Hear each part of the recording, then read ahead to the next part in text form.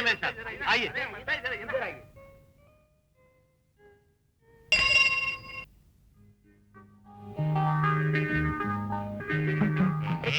High court चलो।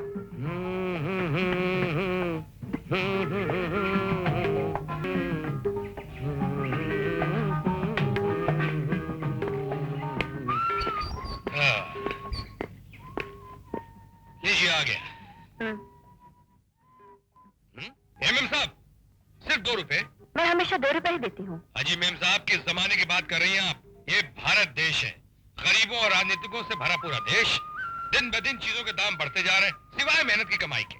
कल जो 1 रुपए में सामान मिलता था, आज वो 2 रुपए में मिल रहा है। आज जो 2 रुपए में मिल रहा है, कल वो 20 रुपए में मिलेगा। और फिर आप ये क्यों नहीं समझते कि यहाँ का बजट बढ़ता ही रहता है, बढ़ता ही रहता है। और फिर देखिए, आप जैसे पढ़े लिखे लोगों को, हम जैसे पढ़े लिखे लोगों का ख्याल रखना चाहिए कि नहीं? पूरे शहर में एक लौता रिक्शा वाला हूँ, ओनली 1 पीस, जो एमए की डिग्री के बावजूद रिक्शा चला रहा। और आपको 2 रुपए ज्यादा देने में तकलीफ हो रही है। निकालिए 4 रुपए, 2 रुपए और निकालिए। लो। नमस्ते। हे भगवान, क्या होगा इस देश का? यहाँ रोको।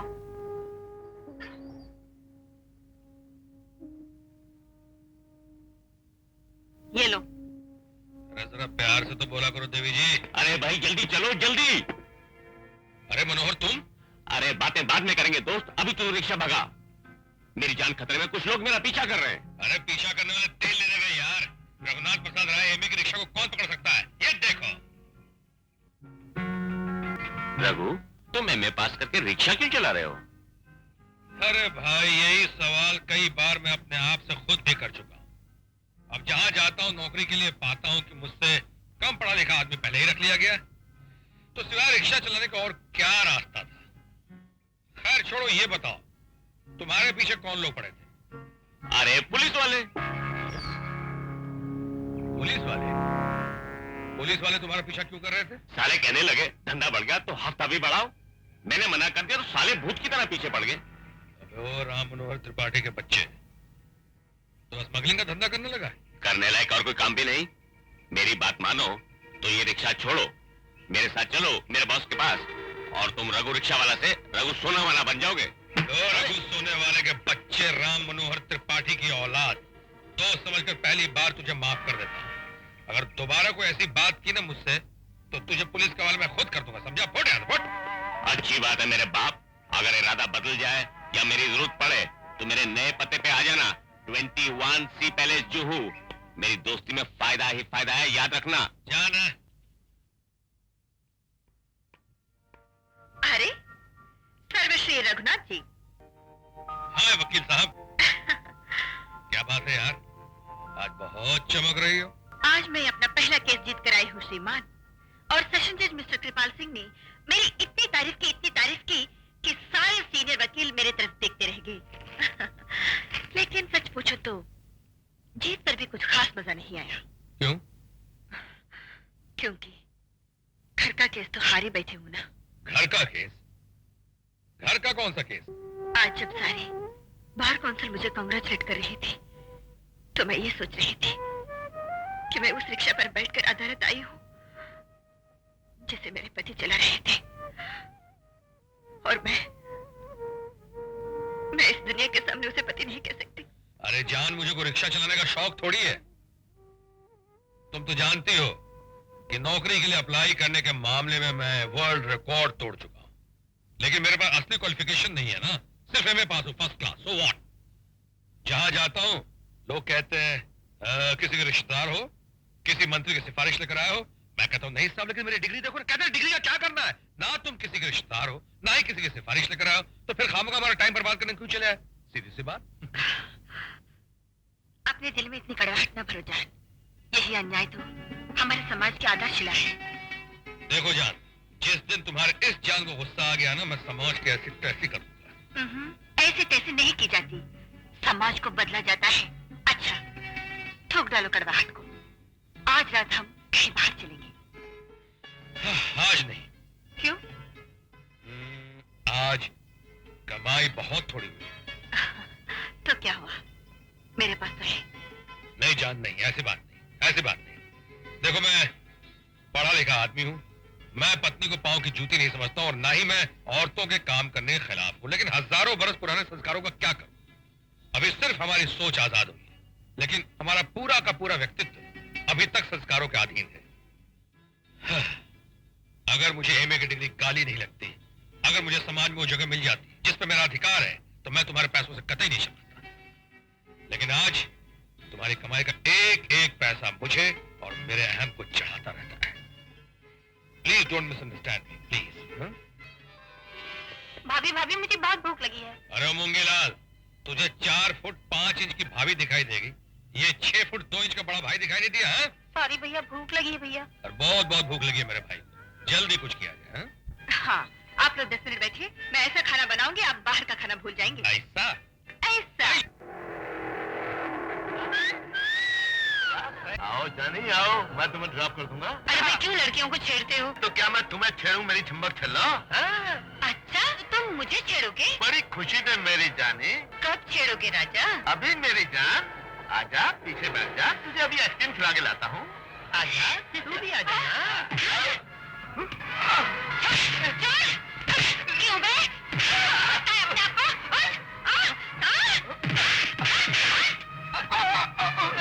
नहीं करेंगे? क्या बोल रहा था?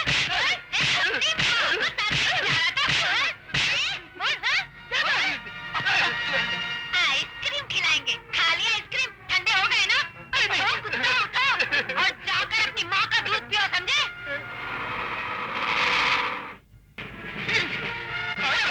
सालों को ले चलो पुलिस स्टेशन, वहीं चल के इनकी धूल झाड़ दो। अरे आए छापाशिक। और तुम लोग खड़े खड़े मुर्गी की तरह कांप क्या रहे हो? अरे ऐसे लोगों को तो निकालो जूता और मारो सालों के मुंह पर, फिर देखो कैसे दोबारा छेड़ते हैं। अरे जरा हिम्मत करो, हिम्मत।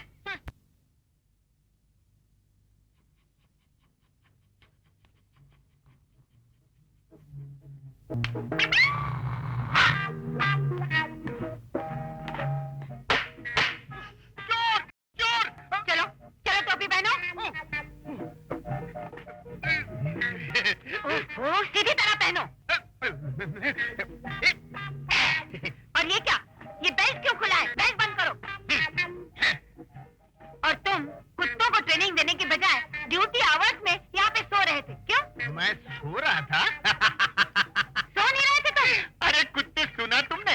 अजी कहाँ सो रहा था? ये सचमुच का सोना थोड़ी है। मैं तो सोने की एक्टिंग कर रहा था और कुत्ते को भी सिखा रहा था कि कैसे नकली सोना चाहिए, चोर को झांसा देने के लिए। अरे भाई, जब चोर देखेगा कि कुत्ता सो रहा है तो वो खुले मन से चोरी करेगा ना। और जैसे ही वो चोरी करेगा, भैया हमारा कुत्ता लपक के उसको दबोच लेगा और सीधे चोर जेल में। ये हमारा फॉर्मूला 352। अरे गिनी बुक ऑफ रिकॉर्ड में ये फार्मूला छपेगा। स्कॉटलैंड यार्ड इसकी कॉपी करेगा। हमको पता नहीं मिलेगी।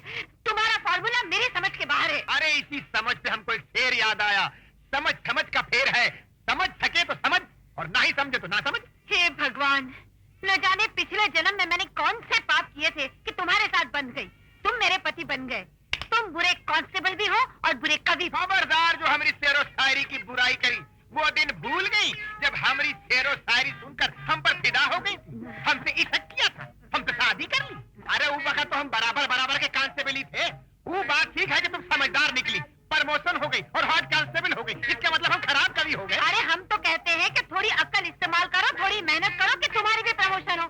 चलो अभी जल्दी से कुत्तों को ट्रेन करो।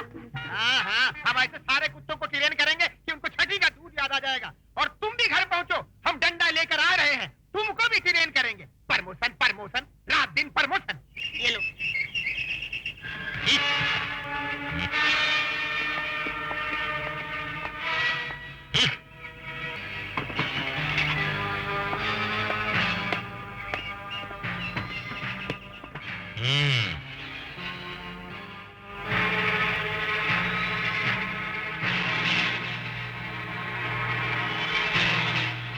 भैया एक 10 रुपए निकालना भैया।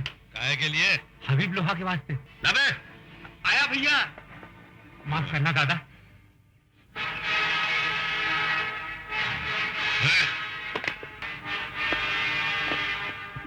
हफ्ता निकाल बे। क्या बे?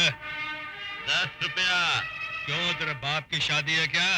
यहाँ पर रिक्शा खड़ा करने का हफ्ता लगता है, समझा? बहुत बोल रही है। नाम अता पता बता। क्यों बे, यह धंधा करता और हबीब लौर जे हरामी को नहीं जानता? अरे आज की सलामती चाहता है तो उसे जेब में रख, वरना बत्तीसी तोड़ के हाथ में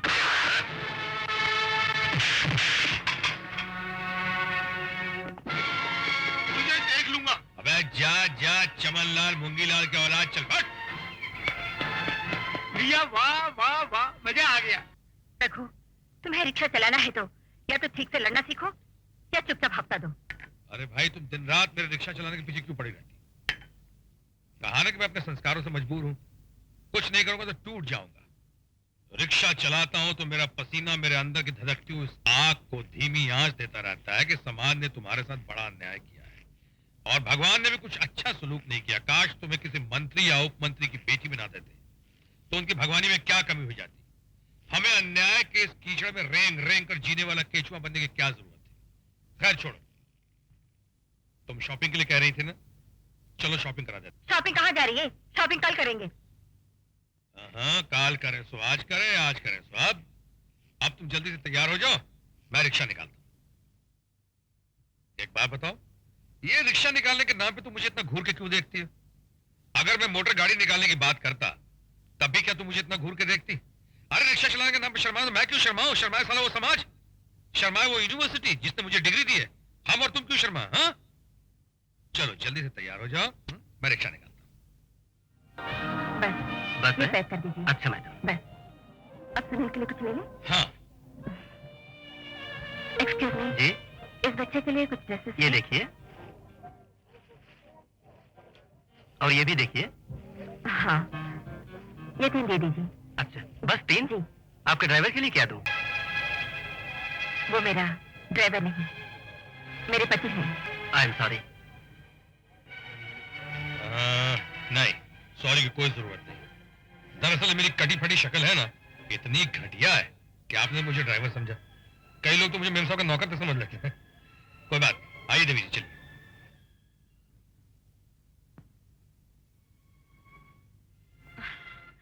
ये लो, गरम गरम चाय पियो और गुस्सा ठंडा करो। मैंने उस बात का बिल्कुल बुरा नहीं माना कि उसने मुझे ड्राइवर कहा। ड्राइवर तो मैं हूं ही, लेकिन उसकी आवाज में जो कंटेम्प्ट था वो एक तेज धार वाली छुरी की तरह मेरे दिल को चीर गया। देखो जान, जिस दुनिया में हम रहते हैं वहां गरीब आदमी की ना तो कोई पहचान है और ना ही इज्जत। अगर अभी मैं एक लंबी कार ड्राइव करता वहां पहुंचू तो वही दुकान के बाहर तक आकर मेरा स्वागत करेगा। इस दुनिया में अगर इज्जत है तो सिर्फ पैसे की, पैसा चाहे गोरा हो चाहे काला। अगर आज मैं सुनील की बर्थडे पार्टी में किसी मंत्री को बुलाऊं तो मंत्री तो दूर उसका चपरासी तक नहीं आएगा, लेकिन मैंने स्मगलर के बेटे बेटी की शादी में मंत्रियों की तस्वीरें देखी। क्या बात करते हो? अगर कोई मिनिस्टर किसी स्मगलर के घर चला जाए तो इसका मतलब ये नहीं कि स्मगलर शरीफ आदमी हो गया। और क्या मतलब हुआ इसका? इसका मतलब ये है कि वो मिनिस्टर भी शरीफ आदमी नहीं है। देखो मेरी साड़ी खराब कर दी। अरे गोली मारो इस साड़ी को, जाकर वो नई वाली साड़ी पहन लो, जाओ। वो नई वाली साड़ी भला इस साड़ी का मुकाबला कर सकती है? हाँ? आपको पता है मेरे पति ने अपनी पहली कमाई से ये साड़ी खरीद कर दी थी। इसमें आपके प्यार की खुशबू है।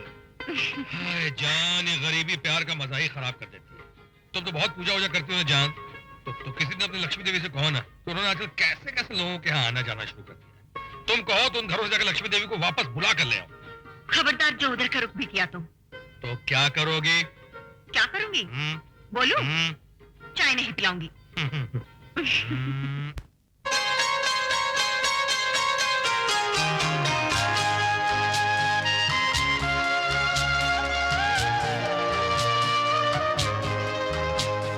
साजन मेरे साजन,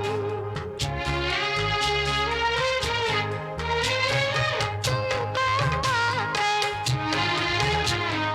सब कुछ पाया, तुमको पाकर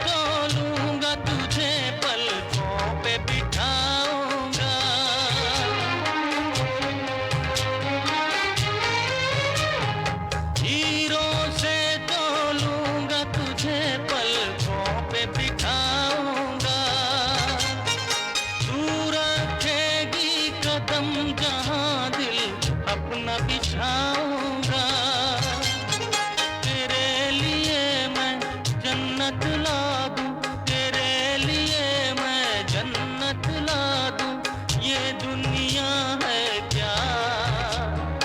मेरी दुआ का, मेरी वफा का मिल गया मुझको सिला। साजन मेरे साजन, तुमको पाकर सब कुछ पाया, क्या दुनिया से गिला। मेरी दुआ का, मेरी वफा का मिल गया मुझको सिला। साजन मेरे साजन, जिंदा हूँ मैं इसीलिए कि तेरा प्यार मिला, वरना इस दुनिया में और जीने के लिए है क्या? साजन मेरे साजन, आहा, साजन मेरे साजन, हे हे हे। साजन मेरे साजन। हो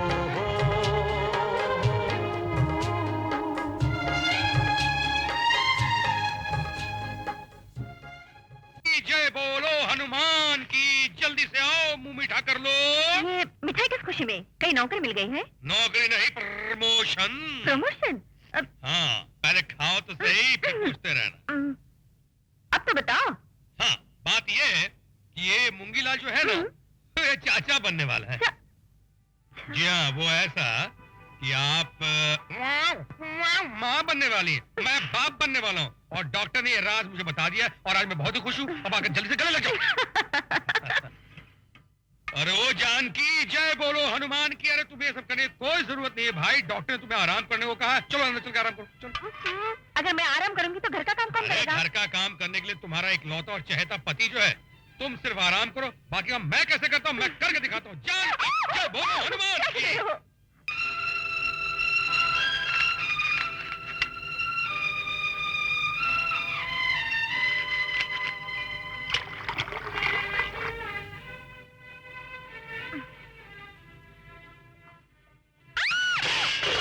ओह नो, जानकी, अरे, जानकी, क्या हुआ?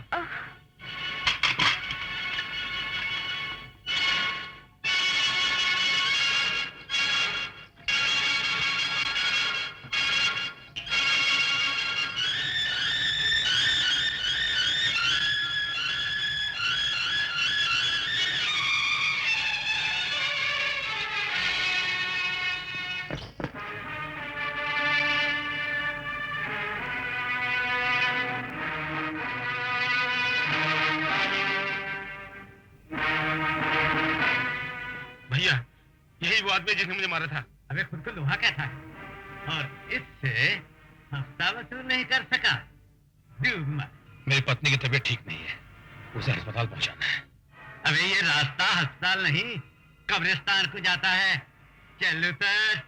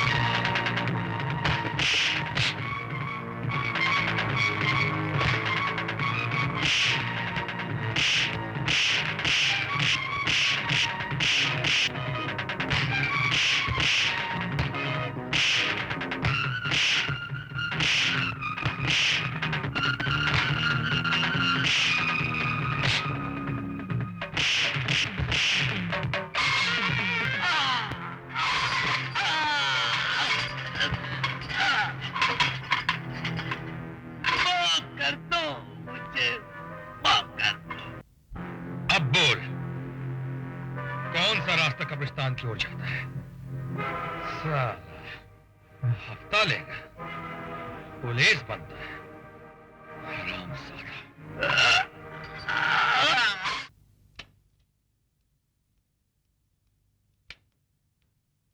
डॉक्टर साहिबा, जानकी मिसकैरेज हुआ है। आपकी बीवी की जान खतरे में है। अगर आप ये दवाइयाँ जल्दी से ले आए तो बेहतर होगा, लेकिन जल्दी कीजिएगा वरना खतरा बढ़ जाएगा। जी। 250 रुपए। क्या 250 रुपए? सर, मेरी वाइफ की तबीयत बहुत खराब है, अगर ये दवाएं उसे न मिली तो। दवा देने से मैं कब इनकार कर रहा हूँ? दाम दो और दवा ले लो। भाई साहब, मेरी बीवी की तबीयत बहुत ही खराब है, अगर ये दवाएं उसे वक्त पर ना मिली। दवा की दुकान पर लोग तभी आते हैं जब कोई बीमार पड़ता है। सॉरी, मैं उधार नहीं दूंगा। भाई साहब, मैं आपसे विनती करता हूँ, मेरी वाइफ की तबीयत बहुत ही खराब है। देखो मिस्टर, तुम्हारी वाइफ जिए या मरे, मैं उधार नहीं दूंगा, समझे?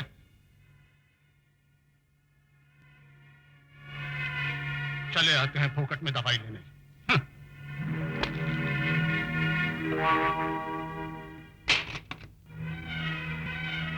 अरे रघु, तुम? यार मैं ईमानदार लोग तो छोटी मोटी मुसीबत में फंस ही नहीं सकते यार, क्योंकि सबसे बड़ी मुसीबत, या ये कहो कि मुसीबतों की माँ तो खुद ईमानदारी है। तुमने तो एमए पास करके, रिक्शा चला के, क्या भारतीय पुरुष की तरह ईमानदारी का हाथ पकड़ा है, साला छोड़ने का नाम ही नहीं लेता। अरे भाई, मैं बड़ा ही अपसेट हूँ, तेरी भाभी की तबीयत बहुत ही खराब है, उसके लिए मुझे दवाइयाँ खरीदनी है। ओह, आई एम सो सॉरी। तो फिर यहाँ क्या कर रहा है? मेडिकल शॉप पे जाना। गया था, मेहनतें भी की, मगर उसने उधार दवा देने से इनकार कर दिया। अरे यार, ऐसा बोलना। लेकिन मेरे पास तो ईमानदारी का पैसा नहीं है। नंबर 2 का है।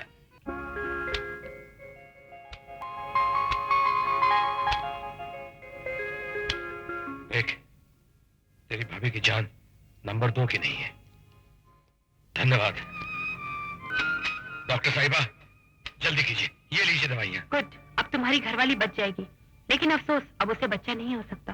घर वाली तो बच जाएगी ना डॉक्टर साहिबा, मेरे लिए ही बहुत है, बच्चे का क्या है।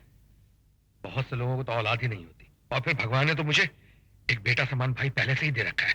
लीजिए डॉक्टर साहिबा।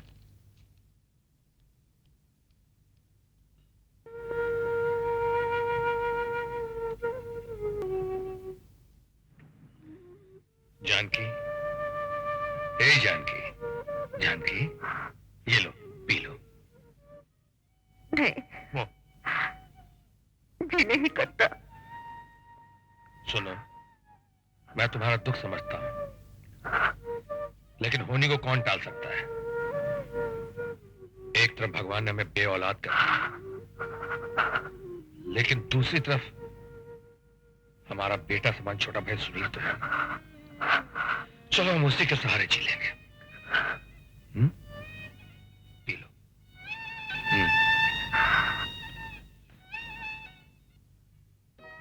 भाभी भाभी, प्रोग्रेस रिपोर्ट पे साइन कर दीजिए। Very good, first rank. भाभी, कल हम नए घर में शिफ्ट कर रहे हैं ना? हाँ, तो मैं अपने फ्रेंड्स को घर पे बुलाऊं? जरूर, ये लो।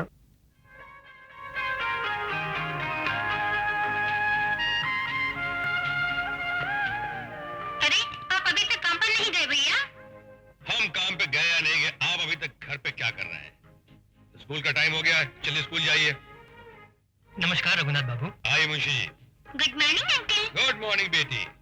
देखो, तंत्रनाथ मिश्रा जी की बेटी भी आगे तैयार होके, तुम लोगों के स्कूल जाने का वक्त हो गया है, फौरन निकलो। चलो रश्मि। सच कहता हूँ साहब, आप तो तकदीर लिखवा कर लाए हैं, बिना हाथ पैर हिला ही सब कुछ मिल जाता है। जुबान बहुत लंबी हो गई है आपकी तंत्रनाथ मिश्रा जी, अपनी औकात पे रहा। नमस्ते मैडम। नमस्ते। मुंशी जी, चंद्रमुखी वर्सेस कालीचरण के फाइल रखी है ना? ये भी कोई पूछने की बात है? उस केस की तो आज तारीख है। वैसे मैं घर से हर फाइल लेकर निकलता हूँ। अच्छा, रघु, तुम्हारे क्या प्रोग्राम है? कुछ नहीं। अच्छा, मैं चलती हूँ। Take care of yourself.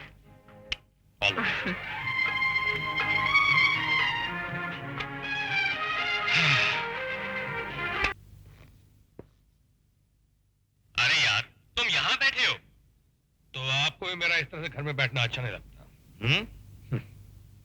कोई बात नहीं। आइए, आज घर का रास्ता कैसे भूल पड़े? यार भूला नहीं, सुबह से तुम्हारी तलाश कर रहा हूँ। रिक्शे के हर अड्डे पे तुम्हें ढूंढा, जब कहीं नजर नहीं आए तो यहाँ चला आया। आज काम पर नहीं गए? नहीं, काम पे नहीं गया। मगर तुम्हें क्या काम है, बोलो। मुझे तुम्हारी मदद की जरूरत है। मेरी मदद? कैसी मदद? देखो रघु, दोस्त ही दोस्त के काम आता है। उस दिन तुम परेशान थे तो मैंने तुम्हारी मदद की। आज मैं मुश्किल में हूँ और तुम उसे आसान कर सकते हो। यार अगर ऐसी बात है तो बोलो, जान हाजिर है। अरे यार, जान नहीं चाहिए। ये बैग इस पते पे पहुंचा देना, बड़ी मेहरबानी होगी। मगर भाई इस बैग में है क्या?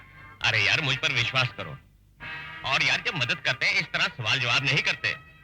अरे भाई, इसमें इतना टची होने की क्या जरूरत है? ठीक है, पहुंचा दो।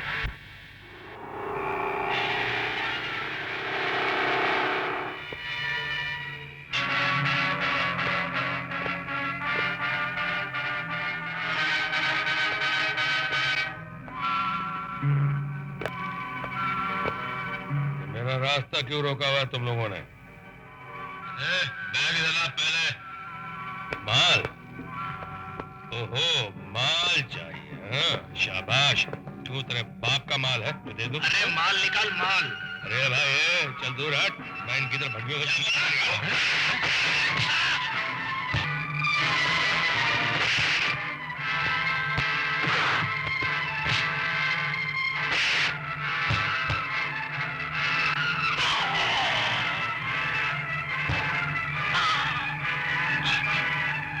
मत मारिए, प्लीज प्लीज।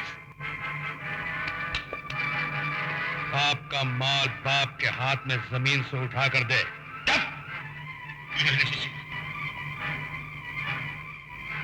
साल विदेशी टकला। हाय रब्बा। एक्सक्यूज मी मैडम, हमने थोड़ी पी रखी है। हाँ, मगर तुम अब तक सोई नहीं। देखिए वकील साहब, हम आपके खतावार हैं, आप हमें माफ कर दीजिए, लेकिन आप हमारा इंतजार मत किया कीजिए। हम देर से आए, सवेरे आए, आते तो आपकी गोद में है ना, आपके कैदखाने में। भाई हम तो उड़ती पतंग की तरह है, कितना भी ऊंचा उड़ जाए, उसकी डोर तो हमेशा आपके ही हाथ में रहती है। बहुत दुखी हो इस दौर से।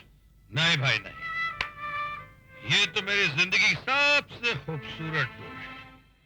यूं समझो मेरे जीवन की डोर है।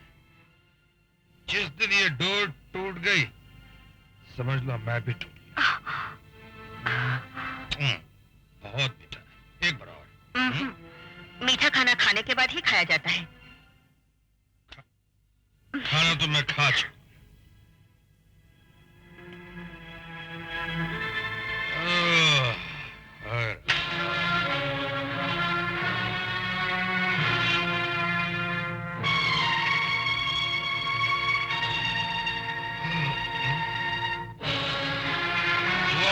बचपन का दोस्त मिल गया था, जो आज बहुत बड़ा बिजनेसमैन बन गया। कौन है वो दोस्त? अरे वो त्रिपाठी मेरे साथ स्कूल में पढ़ता था, लेकिन आज उसका स्वभाव बिल्कुल नहीं बदला। आज के जमाने में ऐसे दोस्त कहाँ मिलते हैं? हाँ, कहाँ मिलते हैं? दावत भी खिलाते हैं, दारू पिलाते हैं और नोट भी देते हैं। अरे भाई, ये नोट उसने नहीं दिए हैं, ये तो मैंने रात भर के लिए मांगे हैं। क्यों? सिर्फ ये देखने के लिए कि जब माल जेब में हो तो नींद कैसी आती है। अभी ये रुपए त्रिपाठी को दे दो। क्यों? मांगे की नींद सोने से क्या फायदा? हाँ, मेहनत करते हो तो इतनी गहरी नींद सोते हो कि करवट तक नहीं लेते। तुम्हें इन नींद की गोलियों की जरूरत नहीं है। समझा? क्या समझे? यही कि तुम नहीं चाहती कि मेरे पास पैसा हो। अगर मेरे पास पैसे हो गए इसका मतलब है तुम्हारा इस घर में डिमोशन हो जाएगा। तुम्हारा वो मधुबनी वाला मुंशी जी, क्या नाम है उसका? हाँ, तंत्रनाथ मिश्रा, वो मेरा अपमान नहीं कर सके। दुकानदार को तुम्हें यह कहने की जरूरत नहीं पड़ेगी, मैडम अपने ड्राइवर के लिए भी कुछ खरीद लीजिए, और तुम्हें उस दुकानदार को यह कहने की आवश्यकता नहीं पड़ेगी कि ये मेरा ड्राइवर नहीं हस्बैंड है। ऐ शाबाश, उस दुकानदार ने उस दिन घर वालों से जाकर कितनी कितनी तुम्हारी तारीफ की होगी कि भाई पत्नी हो तो जान की देवी एडवोकेट जैसी। भरी दुकान में बेझिझक कह दिया कि ये आदमी मेरा ड्राइवर नहीं है, हस्बैंड है। नमस्कार।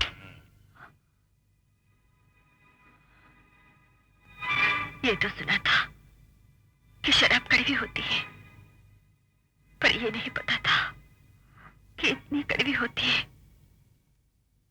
पीने वाले की आवाज को भी कड़वा कर देती है।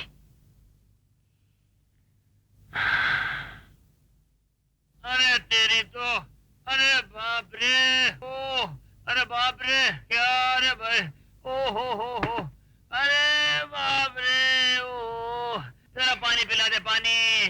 अरे बाप रे, क्या हालत है, क्या हालत है, तौबा तौबा तौबा। तुम्हारी हालत बता रही है कि आज तुम मुझे जरूर कोई खुशखबरी देने वाले हो। लगता है किसी को पकड़ने में आपने बहुत भाग दौड़ की है। बहुत भागा, बहुत भागा, कभी वो पीछे, कभी मैं आगे, कभी मैं पीछे, कभी वो पीछे, और कभी वो मैं पकड़ा गया। मैं तो जानती थी कि अब तो तुम्हारा प्रमोशन जरूर होगा। अच्छा ये तो बताओ जी, कौन था वो? मेरा कुत्ता। तुम्हारा कुत्ता? अरे तो उसके पीछे भागने की क्या जरूरत थी? अरे जब हमारा ट्रेन किया हुआ पालतू कुत्ता हमरा ही डंडा लेकर भाग रहा था तो हम क्या करते? तुम्हारा कुत्ता हाँ? तुम्हारा डंडा लेकर भाग रहा था और तुम उसे पकड़ नहीं पाए। अरे 2-3 बार। अरे जब अपने कुत्ता को पकड़ नहीं पाए तो जिंदगी में क्या खाक पकड़ पाओगे? अरे एक दिन आएगा हमारी अरे छोड़ो, मैं तो जानती हूँ कि तुम्हारा प्रमोशन नहीं होगा। कुछ याद भी है? कल डॉग इंस्पेक्शन के लिए इंस्पेक्टर साहब आ रहे हैं, उन्हें क्या दिखाओगे? अरे कल तो आने तो हम दिखा देंगे अपनी ट्रेनिंग वाले डंडे का कमाल। कौन रोकेगा ससुरा हमारी प्रमोशन। बात है राजा बाबू पहलवान, वो लटकाए क्यों बैठो भैया? बड़े चक्कर में फंस गया हूँ यार। क्या हो भैया? तुम्हारे हाथ जो बैग भेजा था ना, उसमें से माल कम निकला। क्या बात कर रहा है दोस्त, ऐसा हो ही नहीं सकता।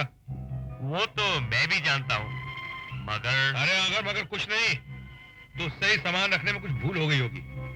अरे भैया वो कहावत नहीं सुनी, खेत खाए गधा और मार खाए चुलाहा। बॉस लोगों की गलती भी हमारे माथे पड़ती है। वो सोचता है कि सामान मैंने चुराया है। तेरा बॉस पहले नंबर का पागल है। साला कल चोरी का शक मुझ पे भी आ सकता है ना, क्योंकि सामान तो मैंने दिया था। एक काम कर, मैं तेरे साथ चलता हूँ। बोल कहाँ चलना और कब चलना, बोल। किसी ने तो चोरी की है, और जमाल क्या हवा खा गई।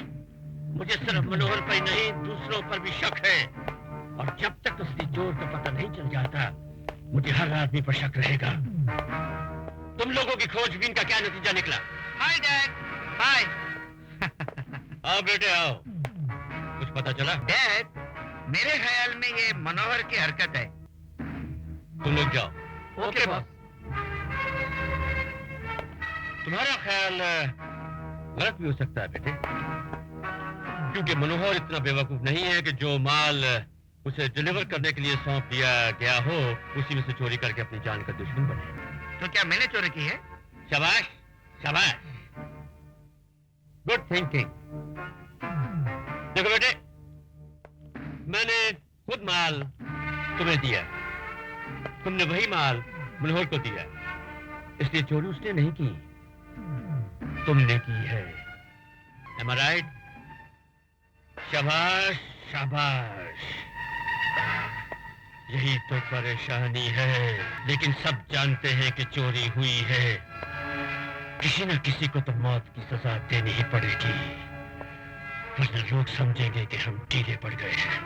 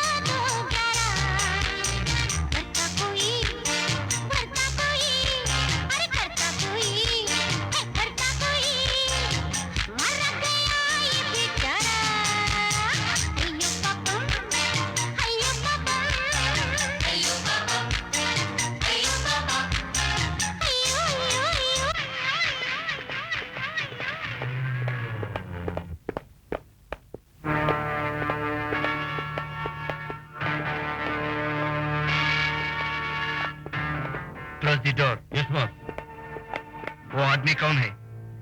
मेरा दोस्त रघुनाथ। रघुनाथ उसका नाम है। रिक्शा चलाता है, हफ्ता तो देता नहीं, ऊपर से मारपीट करता है। तो वो रिक्शा वाला चोरी में तुम्हारा पार्टनर है? देखो सेठ, माल गिनकर तुमने हमको दिया, वही माल की डिलीवरी रघु ने दी। वो बहुत ईमानदार आदमी है। हाँ हाँ, तुम ईमानदार हो, वो ईमानदार है, इसका मतलब चोर मैं हूँ।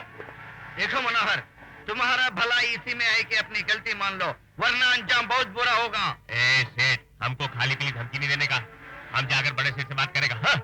पकड़ो इसको।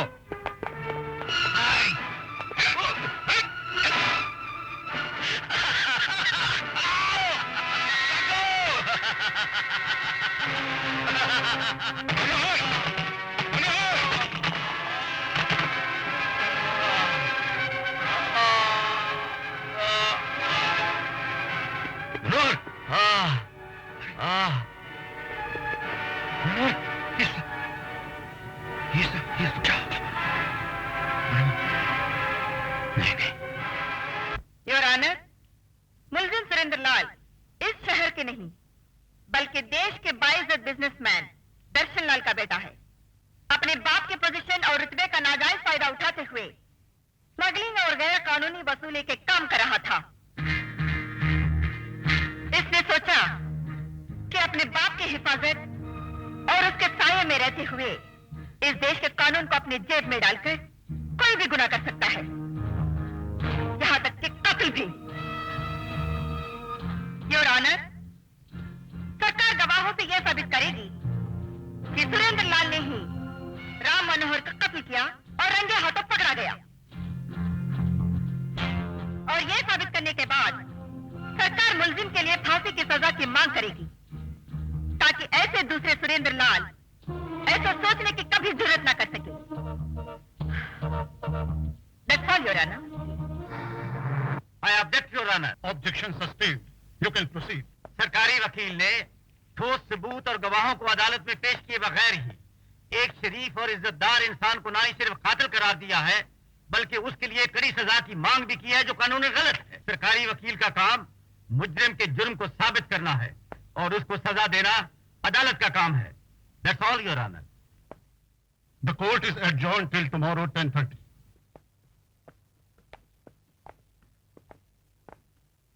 वकील साहब घर पर हैं? जी आप। उनसे जाकर कहो कि दर्शन साहब आए हैं। जी अच्छा। नमस्कार वकील साहिबा। नमस्ते। क्या मैं पूछ सकती हूँ कि आपने यहाँ आने की तकलीफ क्यों की? तकलीफ कैसी?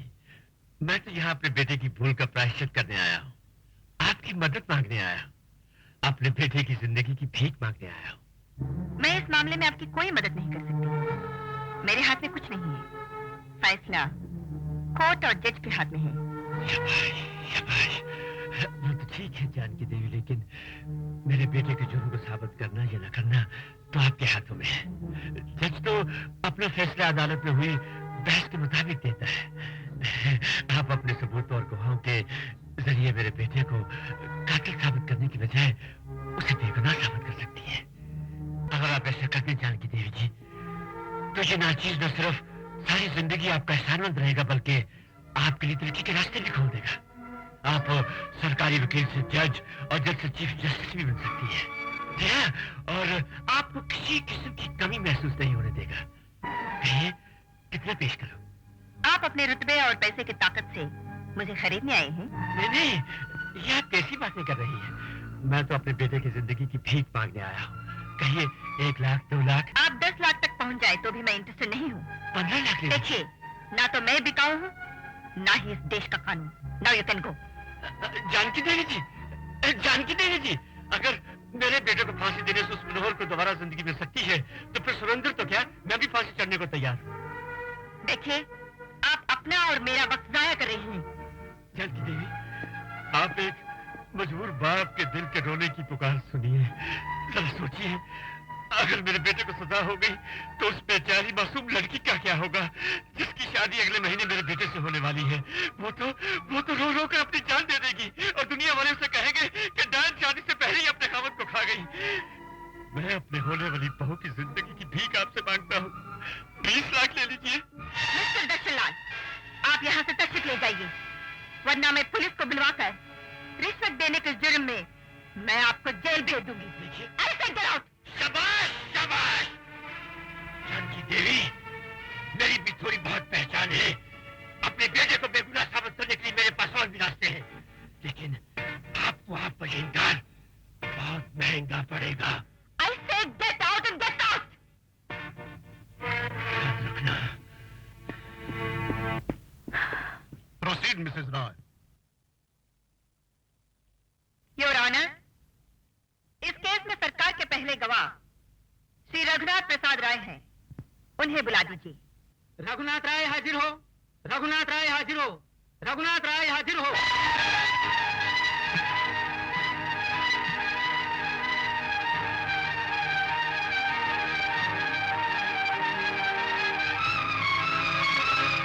आपका नाम क्या है?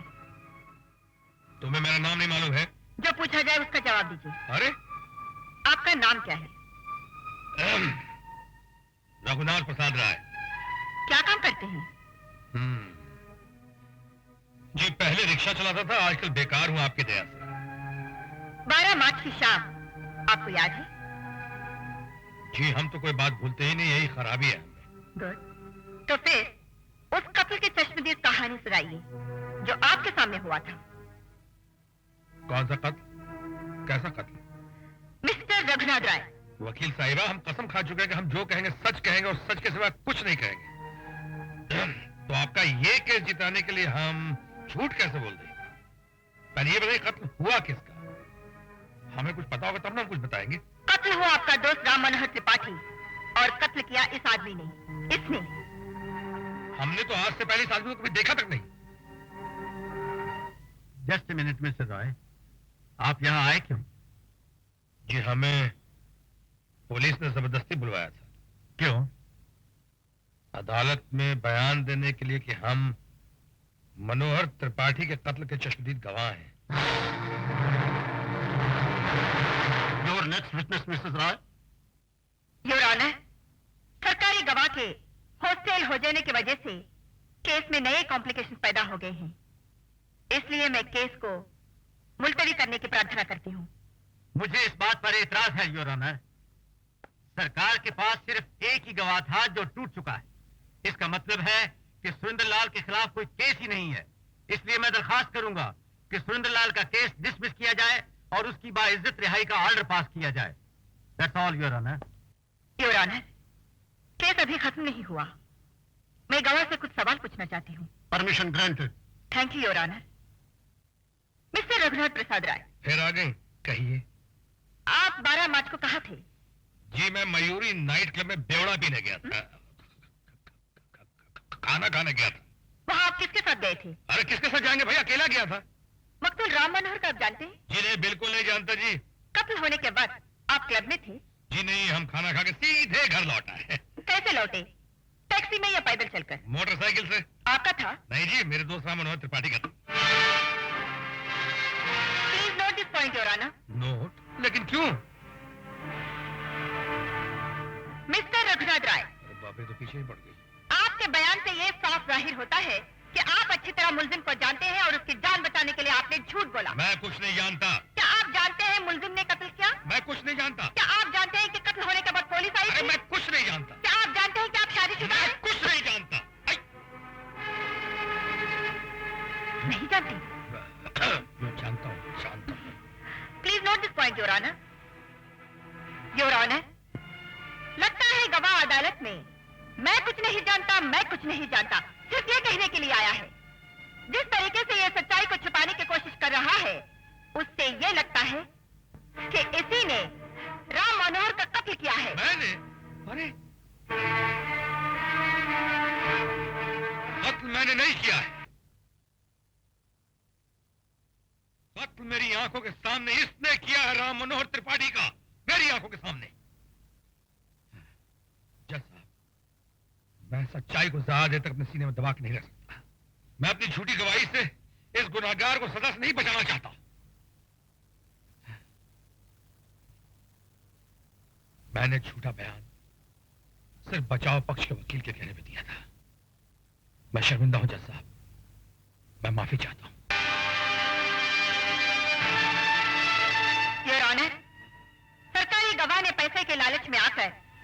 अपना जमीर बेच दिया और अदालत में झूठ बोला, इसलिए मैं रघुनाथ राय से ज्यादा गुनाहगार दर्शन लाल को मानती हूँ, जिसने अपने बेटे की जान बचाने के लिए रघुनाथ राय की किसी मजबूरी का फायदा उठाते हुए उसे खरीद लिया और अदालत में झूठा बयान देने के लिए मजबूर किया। That's all, Your Honor. सरकारी गवाह का दूसरा बयान और पोस्टमार्टम की रिपोर्ट पहली होती है, इसलिए कोर्ट सुरेंद्र लाल को आईपीसी 302 के तहत सजाए मौत देती है।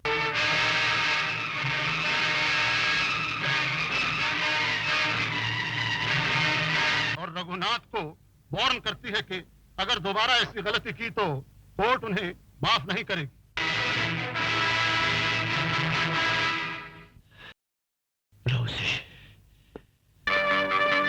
शाबाश, शाबाश, तो किधर की मौत आ ही गई है।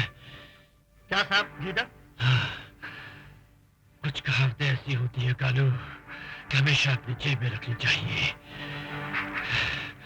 बड़े बूढ़े कह गए हैं कि जब कीचड़ की मौत आती है तो वो शहर की तरफ भागता है, लेकिन रघुनाथ राय की मौत आई है तो वो सीधा दर्शन लाल की तरफ भागा है।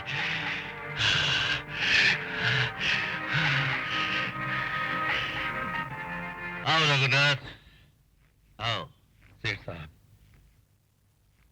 मैं माफी चाहता हूं सेठ साहब, मैं आपके बेटे को फांसी से नहीं बचा सका। आपसे मैंने रुपए तो ले लिए, लेकिन मेरी आत्मा, मेरे जमीन ने मुझे झूठी गवाही देने की इजाजत नहीं दी, इसलिए मैं आपके पैसे लौटाने आया। रख लीजिए इसे। शाबाश, शाबाश। ये दुनिया भले एक ईमानदार आदमी की कदर न करे, लेकिन मैं ईमानदार आदमी को दोनों हाथों से पकड़ लेता हूं। बेटे के मरने के बाद मैं इस दुनिया में अकेला रह गया हूं रघुनाथ। अब मुझे तुम जैसे ईमानदार आदमी की जरूरत है रघुनाथ। क्या ख्याल है, मिलाते हो हाथ? अरे भी तुम पढ़े लिखे आदमी हो, मैं तुम्हें मालामाल कर दूंगा। हाँ, हाँ। शाबाश, शाबाश।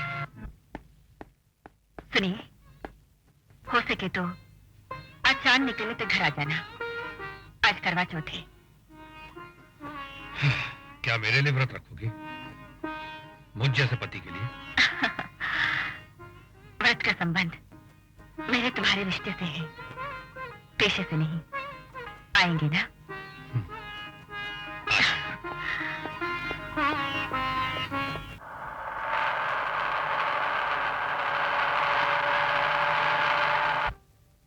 मेरा झुक झुक जीवे सांवरिया, मेरा झुक झुक जीवे सांवरिया, सिंदूर की होवे लंबी उमरिया, मेरा झुक झुक जीवे सांवरिया, मेरा सांवरिया, मेरा सांवरिया, मेरा सांवरिया, मेरा सांवरिया, सिंदूर की होवे लंबी उमरिया, जुग जुग जीवे सांवरिया, मेरा जुग जुग जीवे सांवरिया।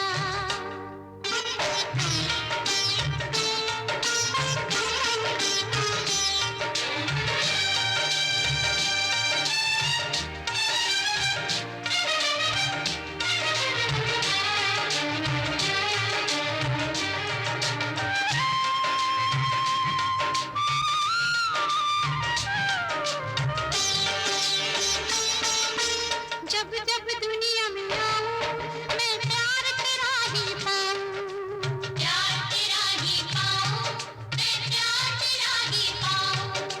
जब जब दुनिया में आऊं मैं प्यार तेरा ही पाऊं, जाना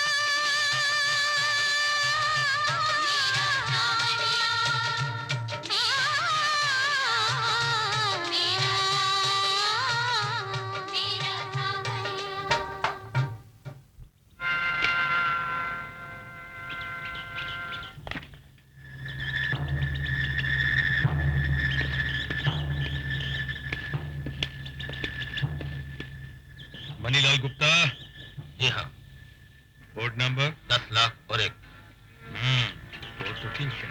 थैंक यू।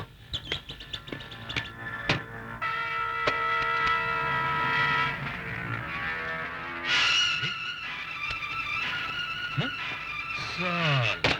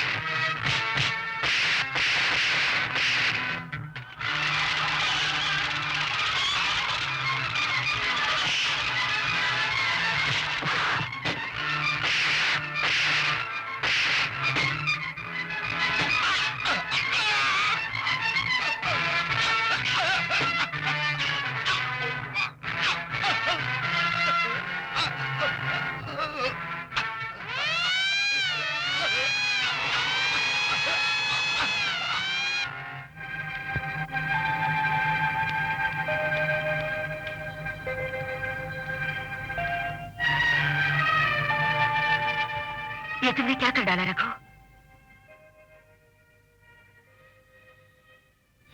अगर एक सरकारी वकील मुजरिम से यह सवाल कर रहा है तो मैं कोई जवाब नहीं देना चाहता। रखो, मैं सरकारी वकील की हैसियत से नहीं, एक पत्नी के नाते आई हूं। मैं सिर्फ तुम्हें इतना ही बताना चाहती हूँ कि जिस रास्ते पर तुम चल पड़े थे वो सीधा यहाँ तक आता है। मैं जानता हूँ। देखो रखो, अगर तुम मुझे सब कुछ सच सच बता दो तो शायद तुम्हारी मदद कर सकूं। जानकी, जिन्हें खुद पे भरोसा हो दूसरों से मदद नहीं मांगते। रखो, ये जिद करने का वक्त नहीं है। देखो जानकी, एक दिन तुमने खुद कहा था कि अगर मैं किसी मुसीबत में फंस गया किसी दिन तो तुम मेरी कोई मदद नहीं करोगी। ये बात मुझे अच्छी तरह याद है, और जो मैंने तुम्हें कहा था वो भी तुम्हें अच्छी तरह याद होगा, है ना? रखो, प्लीज ट्राई टू अंडरस्टैंड। तुम्हारी ये जिद तुम्हें फांसी तक। देखो जानकी, इन बातों का अब कोई फायदा नहीं है। तुम्हें पूरी आजादी होगी अदालत में मुझे गुनहगार साबित करने की। रखो, मैं... जानकी, फॉर गॉड सेक, मुझे मेरे हाल पे छोड़ दो प्लीज।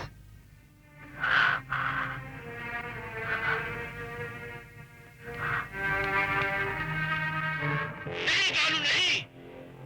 रघुनाथ को इस मर्डर के लिए फांसी नहीं लगनी चाहिए। कुछ भी करो, लेकिन उसे उस काल कोठरी से निकालकर यहाँ मेरे पास लेकर आओ।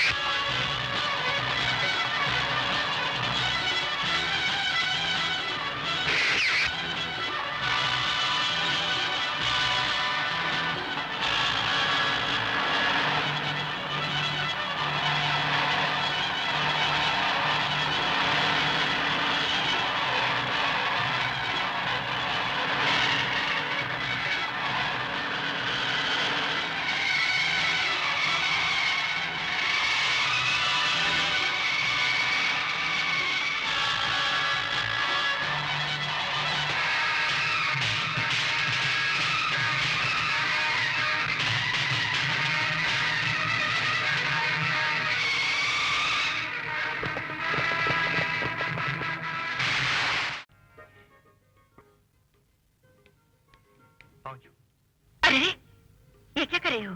आपकी सहायता से एक मामूली मुंशी की बेटी वकील बनी है। आज ये पहली बार कोर्ट जा रही है, इसलिए आप आशीर्वाद दीजिए। Best of luck. Thank you.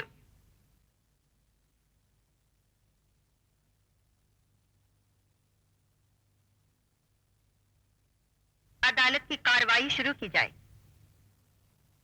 Your honour, मुलजिम सहदेव बाबू भेड़ की खाल में एक भेड़िया है। एक मिनिस्टर का बेटा होने के नाते इसने अपनी पोजीशन का नाजायज तौर पर फायदा उठाया है। गरीबों और जरूरतमंद लोगों तक पहुंचने वाली चीजों को इसने ब्लैक मार्केट में बेचकर लाखों रुपए कमाए हैं। देश के कायदे कानून को बच्चों का खिलौना समझकर उनसे खेला है। ईमानदार सरकारी अफसरों को अपनी उंगली पर नचाया है। अपनी पोजीशन और ताकत बनाए रखने के लिए मुलजिम ने रामपुर में कौमी दंगे कराए, जिनमें 20 बेगुनाह लोगों का और 4 पुलिस अफसरों का खून बहा। मैं अदालत से दरख्वास्त करती हूँ, ये सब नजर में रखते हुए मुलजिम को सख्त से सख्त सजा दी जाए। ये अदालत वकील इस्तिगासा से पूरी तरह सहमत है। न सिर्फ मुलजिम सहदेव बाबू ने सरकार को धोखा दिया है, बल्कि जनता को भी लुटा है। और चूंकि इस पर लगाए गए सब इल्जाम साबित हो चुके हैं, इसलिए अदालत मुलजिम सहदेव बाबू को 7 साल की सख्त सजा देती है। मुबारक हो रश्मि। थैंक यू बाबा, मैं ये केस जीत गई हूँ। बेटी, भगवान की दया और जानकी देवी के आशीर्वाद से तुम्हारी जीत निश्चित थी। आंटी पहली जीत मुबारक हो Rashmi. Thank you aunty. Aunty, वो सुनील नहीं आया? लगता है वो मेरी जीत में शामिल नहीं होना चाहता। अभी तो पुलिस ऑफिसर बन गए ना, कहीं काम में फंस गया होगा।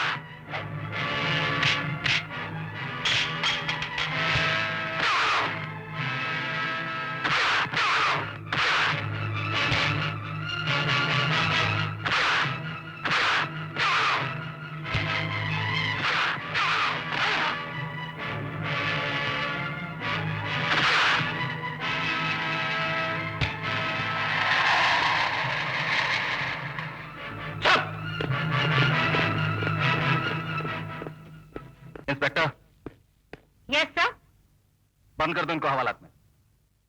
हवलदार, आया जी। हथकड़ी लगा दो। लगा दीजिए हथकड़ी। 20 साल की पुलिस की नौकरी में आज तक एक भी मुजरिम नहीं पकड़ पाए, पर इतनी तो अक्ल रखो कि हथकड़ी किसे पहनानी चाहिए। कमान। जी। अबे चल बैठ। अरे चल तू अही रावण, हवालात में निपटता हूँ। साजन मेरे साजन जिंदा हूँ मैं इसीलिए कि तेरा प्यार मिला, वरना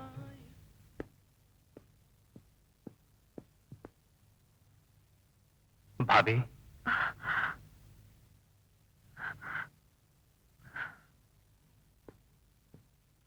क्या भैया को याद करना नहीं छोड़ेंगी? चलो खाना खा लो। नहीं भाभी, खाना नहीं खाऊंगा। क्यों? खा के आए हो? जी नहीं, पर आप तो जानती हैं आपको इस हाल में देखकर मेरी भूख मर जाती है। क्या हो? तुम्हें याद नहीं आती? आते हैं, पर मैं उन्हें अपने जहन से बाहर निकालकर अपने दिल का दरवाजा बंद कर लेता हूँ। सुनिए, अपने भैया के बारे में ऐसे बातें कर रही हो? कानून की सजा से तो वो मरकर बच गए, लेकिन वो हम दोनों के मुजरिम भी हैं। मेरा बचपन स्कूल में इन आवाजों के चाबुक खाता रहा कि वो देखो रघुनाथ खूनी का भाई। सुनील, ये तो आपके व्यक्तित्व की शक्ति थी भाभी, जिसने मुझे बचा लिया, वरना शायद आज मैं भी उनकी तरह एक मुजरिम बन गया होता। बस कर सुनील। नहीं भाभी नहीं, मैं आप पर उस खूनी की यादों का मैला साया नहीं देख सकता। इस थप्पड़ पर तो हर बेटे का अधिकार होता है। आज आपके प्यार की गंगा में नहाकर मैं धन्य हो गया। मुझे मेरी माँ याद नहीं, मैंने तो सदा आप ही में अपनी माँ का रूप देखा है। जो आपसे भाभी होती तो शायद मैं भैया को माफ कर देता, लेकिन जिस आदमी ने मेरी माँ को दुख पहुंचाया उसे मैं कभी माफ नहीं कर सकता। ऐसे न कहो सुनील, ऐसे न कहो। क्यों न कहूं ऐसा? जब तक वो जिंदा थे उन्होंने आपको कोई सुख नहीं दिया, और अब मरने के इतने बरस बाद भी उनकी आत्मा, उनकी याद प्रेत बनकर आपसे चिमटी हुई है। एक दिन जीवन की गठरी खोलकर देखिए कि उन्होंने क्या दिया आपको। दुखों के सिवा कुछ भी नहीं दिया। क्यों नहीं? क्या दिया आपको? प्यार दिया, मेरी कलाइयों को चूड़ियां दी, मेरे माथे को बिंदिया दी, मेरी मां को सिंदूर दिया। मेरी मजबूरी समझो सुनील, मैं इन जंजीरों में बंधी हुई हूँ। तो गीता पढ़कर इन जंजीरों को तोड़ दो। गीता का संदेश माँ और पत्नियों के लिए नहीं था। गांधारी, कुंती, द्रौपदी, किसी ने उन जंजीरों को नहीं तोड़ा। श्री कृष्ण ने उनमें से किसी को नहीं कहा था कि उन जंजीरों को तोड़कर मुक्त हो जाओ। आज तेरे भैया जिंदा होते, सोना ढूंढने पीछे, सोना कर गए दे, सोना मिला ना पे मिले, रबा हो गए केस। भाभी,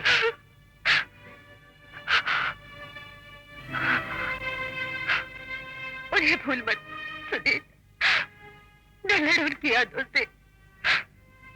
से ये सीखने की कोशिश करो, अगर उन जैसे मजबूत आदमी भटक सकते हैं तो ना भटकना कितना मुश्किल काम है।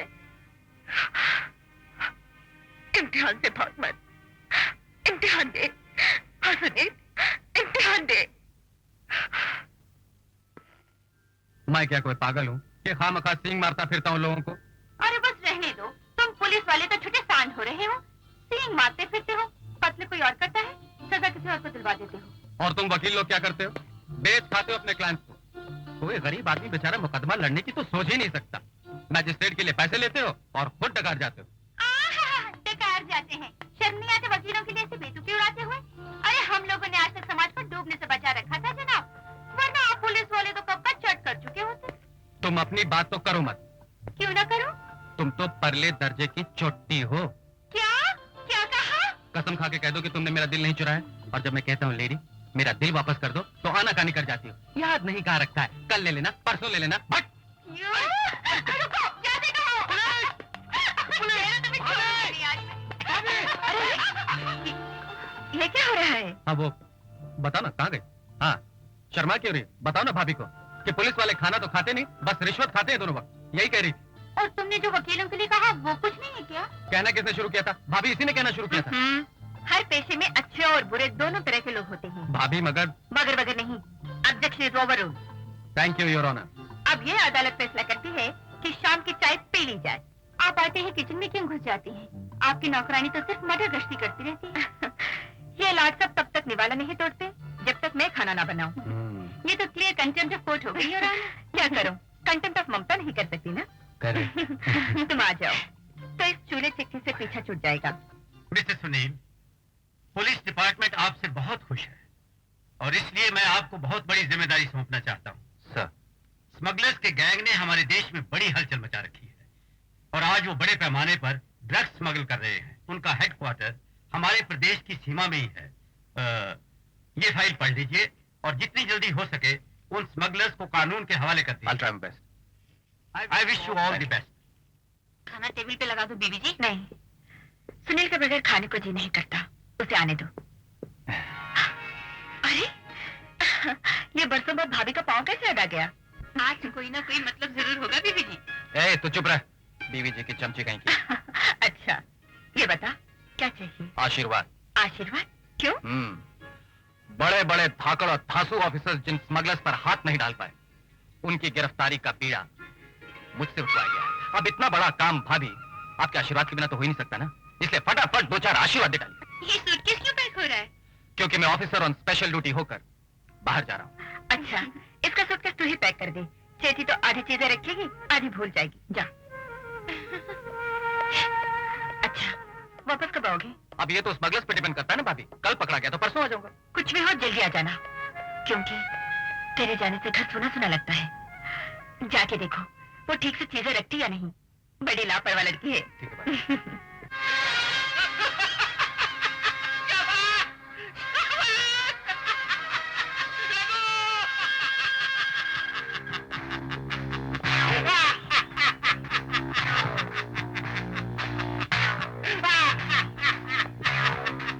क्या बात है सेठ साहब, किस पे इतना हंस रहे हैं? इस चूहे पर जो पुलिस की वर्दी पहन कर निकला है एक शेर का शिकार करने के लिए। लो तुम भी देख लो इसे। किसकी तस्वीर है? तुम्हारे भाई की, सुनील राय की। मेरे भाई की?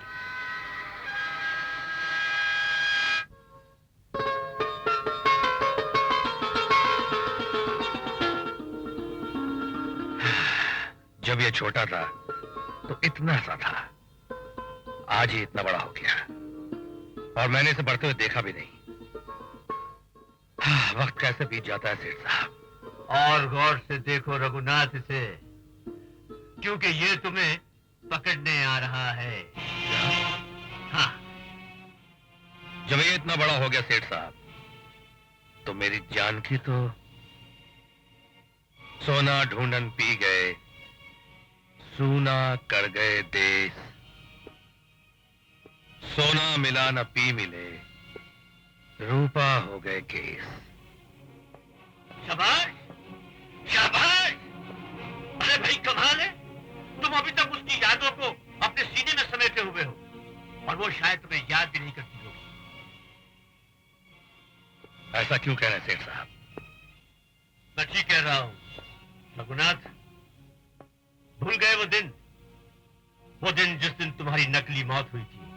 तुमने खुद आकर मुझे बताया था और तुम्हारा बताया वो एक एक शब्द मेरे दिमाग में पत्थर की लकीर की तरह खुद चुका है। उस रात को, रात के अंधेरे में जब तुम छुपते छुपाते अपने घर पहुंचे थे, तो तुम्हारी बीवी जानकी देवी एडवोकेट कुछ पत्रकारों से बातचीत कर रही थी।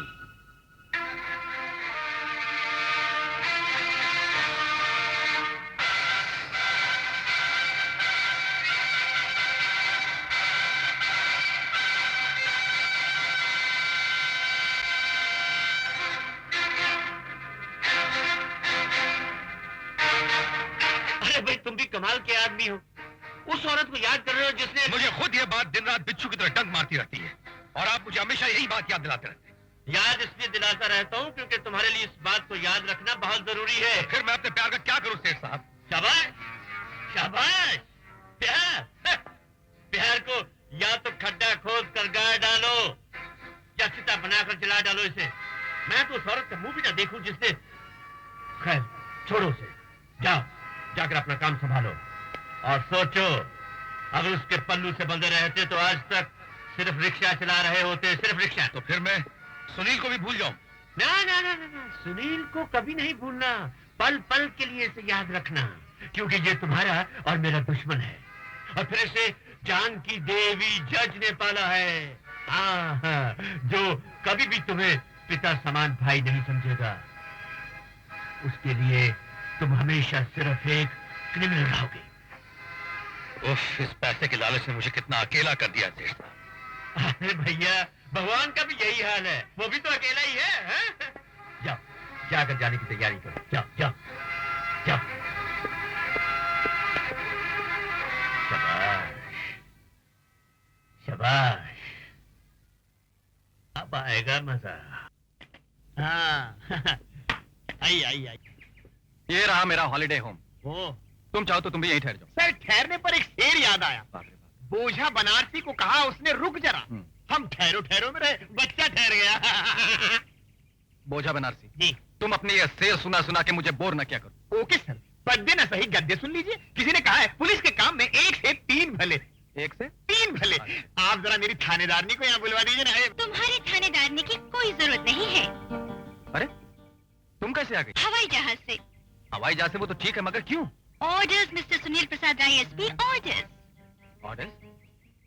किसके ऑर्डर्स? Home government. आंटी ने कहा कि एसपी साहब अपना बटुआ भूल गए हैं।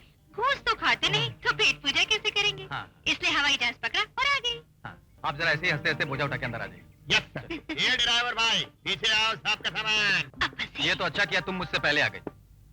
खाने पीने का इंतजाम किया है कि नहीं? हिंदुस्तान में आजादी के बाद भी औरत बेचारी रसोई में कैद है। फिर जनाब को पता होना चाहिए अभी तक हमारी शादी नहीं हुई। हाँ। तुम भी मेरे साथ रसोई में चलो, नहीं तो मैं कुछ नहीं पकाने वाली। मैं कुछ नहीं पकाऊंगी। हाँ, आइए आइए बोझा बनारसी जी, बहुत वक्त पर आप अंदर आ गए। ये बोझा उतारी और भोजन बनाने किचन में चली। मैंने उनसे कुछ नहीं कहा, तुम चलो किचन में। अरे दोनों गए किचन में, अब क्या खाना बनेगा? अरे बोझा बनारसी, तुझे ढाबे में चल के खाना पड़े। चलो। हाँ ठीक है ओके ओके। हाँ रघु, आज शाम को रॉबर्ट रॉयल शेफ होटल खार में आने वाला है। उसे मिलने के लिए तुम्हें जाना पड़ेगा क्योंकि असाइनमेंट बहुत बड़ा है। ओके, चला जाऊंगा। शाबाश शाबाश।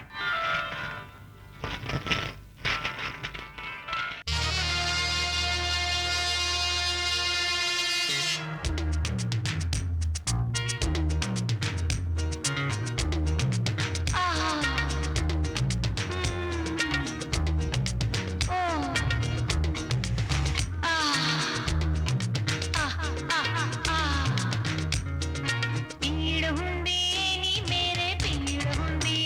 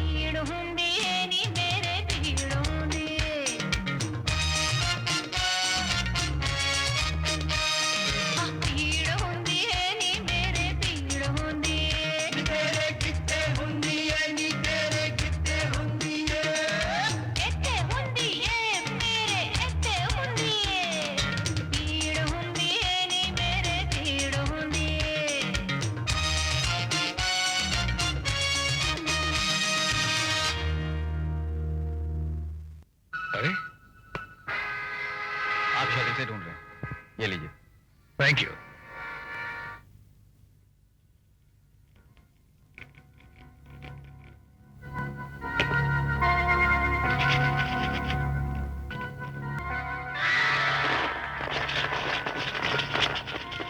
देखो रघुनाथ, मैं फिर से तुम्हें कहता हूँ कि मान जाओ तुमने अपने भाई की प्रमोशन के लिए मेरा माल पकड़वाया है। क्यों मान जाओ? मेरा जीवन आपकी ताश की गड्डी का हुक्म का गुलाम नहीं है कि आप जिस हाथ चाहे उस हाथ फेंक दें।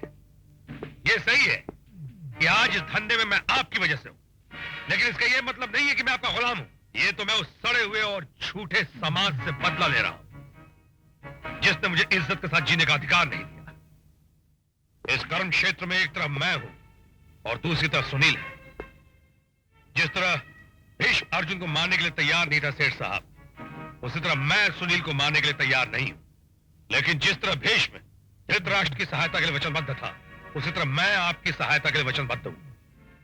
अगर सुनील की गोली आपकी तरफ आई तो उसे आगे बढ़कर मैं अपने सीने पर रोक लूंगा, लेकिन इसका यह मतलब हरगिज नहीं कि आप मुझ पे इल्जाम लगाएं, क्योंकि मैं इसका बुरा भी मान सकता हूं। और उस दिन से डरिए सेठ साहब जिस दिन मैं इन बातों का बुरा मानना शुरू कर दूंगा। शाबाश, शाबाश। अरे भाई तुम तो छोटी छोटी बातों का बुरा मान जाते हो। अरे भाई 80 लाख के हीरे पकड़े गए हैं, 2 लाख की बात होती तो मैं सुटाल जाता। इस बात का तो मुझे भी दुख है सेठ साहब। तो फिर कोई तरकीब सोचो ना। तुम तो जानते हो कि मेरा दिल कितना कमजोर है, मैं इतना बड़ा धक्का बर्दाश्त नहीं कर सकता। हाँ। हाँ। एक तरकीब है, वो तंत्रनाथ की बेटी है ना, अरे भाई क्या नाम है उसका, अच्छा वाला नाम है।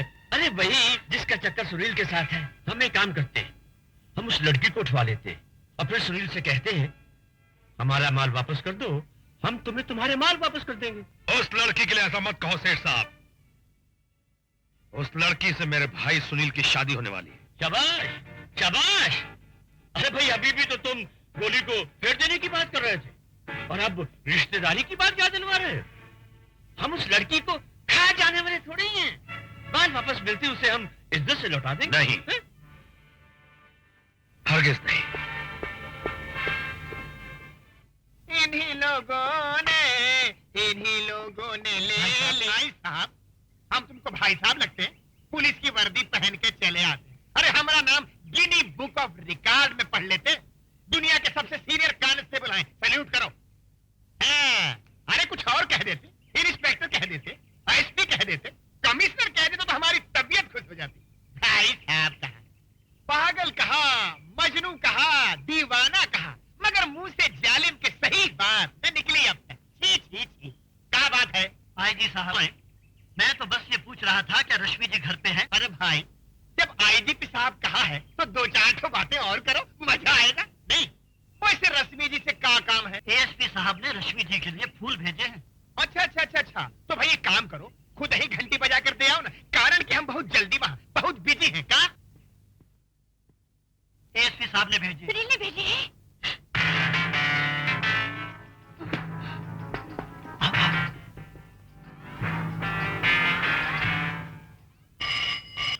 Hello, mister Sunil Prasad Roy, ASP. That's right speaking. आप कौन? शाबाश शाबाश, मैं तो मैं ही हूँ। फोन मैंने इसलिए आपको किया है कि अगर मुझे ढूंढना है तो अपनी रश्मि को मत ढूंढिएगा। कौन हो तुम? अगर आज शाम तक तुमने वो सूटकेस मुझे नहीं पहुंचाया तो रात तक तुम्हें रश्मि की लाश मिल जाएगी। ओह, तो इस घटियापन पर उतर आए तुम? आज शाम तक का वक्त है तुम्हारे पास। ओके, वो सूटकेस कहाँ पहुंचा? शाबाश शाबाश। एक गाड़ी तुम्हारे घर के बाहर खड़ी है जिसका नंबर है MRZ258। तुम्हारा वो गधा भोजा बनारसी सूटकेस लेकर गाड़ी में बैठेगा, गाड़ी को स्टार्ट करेगा और फिर टेप रिकॉर्डर को ऑन करेगा। बाकी सब बातें उसे उस टेप के जरिए मालूम हो जाएंगी। लेकिन एक बात का खास तौर से ख्याल रखना, अगर जरा भी सियाना बनने की कोशिश की तुमने तो रश्मि की जान जाएगी। हाँ।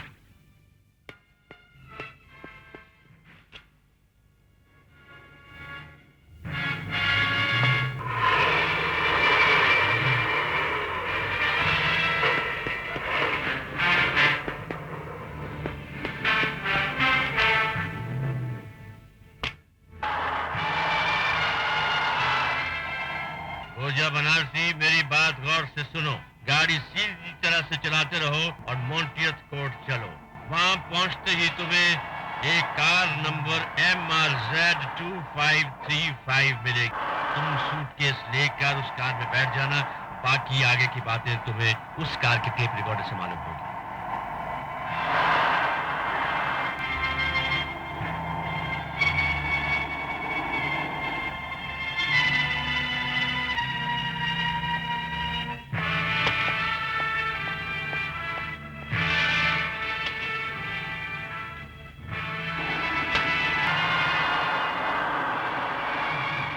अब सीधा एम्बेसी टावर्स चलो।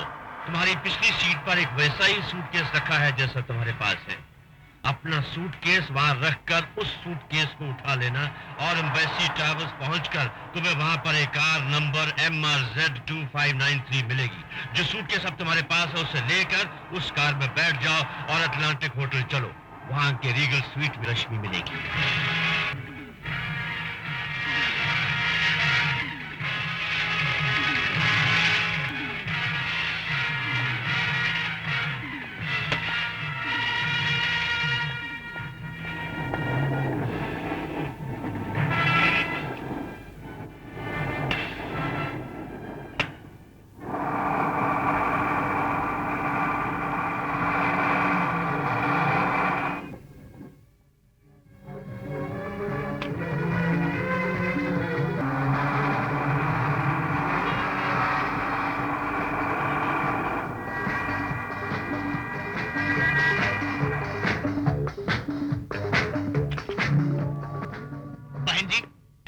कौन से कमरे में? 101. एक सोई। Come in. रश्मि जी, माफ कीजिएगा, हम किसी गलत कमरे में आ गए शायद। ठीक रूम में आए हो, आओ ना। जल्दी तो डाल, भाई बना। अरे क्या हुआ? अरे किस्मत की लगी मार, हमने। पूजा बनारसी, ये शेर पढ़ने का वक्त नहीं है। रश्मि कहाँ है? अरे वही तो हम आपसे पूछ रहे हैं।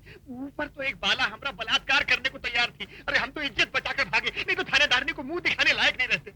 मतलब वो लोग हमें चकमा दे? बिल्कुल चकमा दे गए साहब। इस बैग को देखिए, बैग बदलने को कहा तो हमने बदल दिया। ये नकली है, कुछ नहीं, खाली है। शाबाश शाबाश। खाली शाबाशी से काम नहीं चलेगा सेठ। मैंने तुम्हारी चीज तुम्हें वापस कर दी। अब मेरी चीज, मेरे खानदान की अमानत मुझे वापस कर दो। वो क्या है रघुनाथ के मेरी चीज बोलती नहीं है, लेकिन तुम्हारी चीज के मुंह में जबान है, हमें नुकसान पहुंचा सकती है। ये बात रश्मि को उठवाने की हिम्मत करने से पहले सोचनी चाहिए थी सेठ। वो मेरे भाई की मंगेतर है, मेरे खानदान की होने वाली बहू है। मैं ये हरगिज बर्दाश्त नहीं कर सकता कि वो यहाँ तुम लोगों के बीच इस हाल में रहे। मैं हर हालत में, हर कीमत पे रश्मि को यहाँ से बाइज्जत ले जाऊं। आज पहली बार देख रहा हूँ रघुनाथ कि तुम ऊंची आवाज में मेरे सामने बोल रहे हो, लेकिन कान खोलकर सुन लो, रश्मि यहाँ से नहीं जाएगी। मैंने कहा ना, रश्मि हर कीमत पे जाएगी और मेरे साथ जाएगी। अगर हिम्मत है सेठ तो मुझे रोक के बता।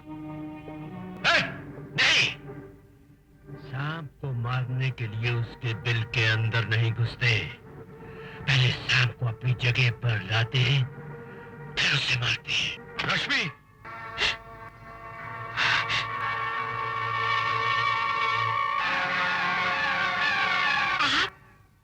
ये एक लंबी कहानी है रश्मि, मैं तुम्हें फिर सुनाऊंगा। अभी निकल चलो, जल्दी करो, चलो।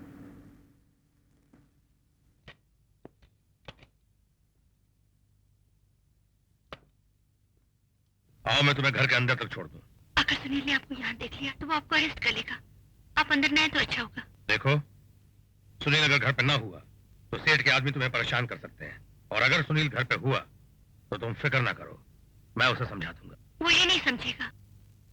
नहीं समझेगा तो देखा जाएगा, लेकिन मैं तुम्हें अकेला नहीं छोड़ सकता। आओ।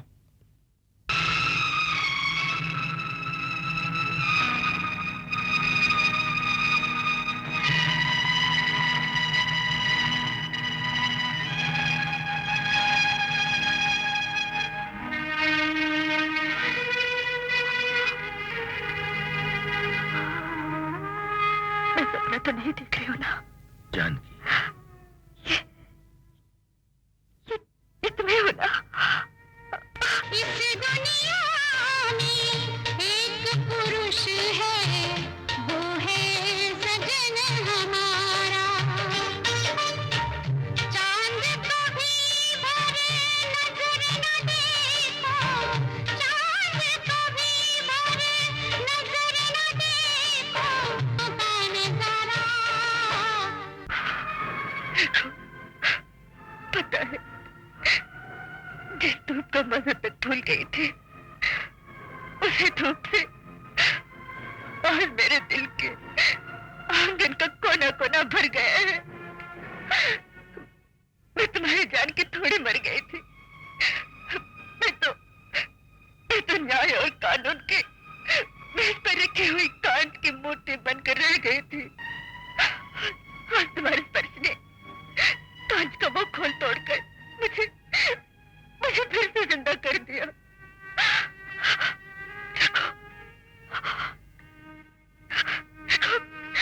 तुम इतने दिन कहाँ गायब हो गए थे? तुम्हें जरा भी मेरी याद नहीं आई। देखो, तुमने इतना भी नहीं सोचा कि तुम्हारे बिना तुम्हारी जान के पर क्या बीती होगी। बोलो। मुझे पता था जानकी, मुझे पता था जुदाई और नर्क की आग एक ही होती है। मैं भी तो उसी नर्क की आग में चल रहा था। फिर भी तुम्हारे पास तो सुनील था। मैं तो बिल्कुल अकेला था जानकी, बिल्कुल अकेला था। तो क्यों नहीं आए? मैं एक दिन आया था। आए थे? उस दिन जब मेरे मरने की खबर आ चुकी थी। तुम पत्रकारों से बात कर रही थी और तुमने मेरी लाश तक को देखने से इनकार कर दिया था।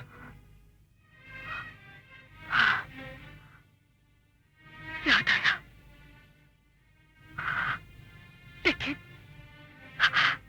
लेकिन तुम्हारी मौत के सदमे ने मुझे होश में न रहने दिया। न जाने उस दिन मैं क्या क्या कह गई, लेकिन तुमने कैसे विश्वास किया मैं तुम्हारी पत्नी होकर? यही सुनकर मैं अपने अंधेरों में और गहरा धंसता चला गया। निकलना चाहकर भी नहीं निकल सका। तुमने ऐसे क्यों किया रघु? मुझे छोड़ दिया, अपने भाई को छोड़ दिया, अपने घर छोड़ दिया। क्यों? इसलिए, उस अंधेरे के लिए जिसके नसीब में कोई सूर्योदय नहीं है। मेरा भाई छोटा सा था और मुझे यकीन था कि उसे तुम मुझसे अच्छा पाल सकोगी। और मैं? तुम बहुत बड़ी थी, न्याय और कानून के शिखर पर बैठी थी। नजर ही नहीं आ रही थी जानकी, और उस ऊंचाई से ये देख भी नहीं पा रही थी कि नीचे धरती पे वही कानून लोगों के साथ कैसे कैसे अन्याय कर रहा है। और ये सोचकर तुमने मुझे जुदाई की सजा दे डाली। और अग्रज जी, वाह, तुमने मेरे साथ बड़ा अन्याय किया। एक सुहागन को इतनी बरसों तक विधवा बनाए रखा। सिंदूर के बोले के जो हर सुहागन के मांग में गंगा की तरह बहती रहती है, और तुमने मुझसे सिंदूर के वो गंगा छीन ली। अब न्याय और अन्याय की बात करते हो? तुमने समाज के अन्याय का बदला मुझसे लिया। तुम्हें समाज हो?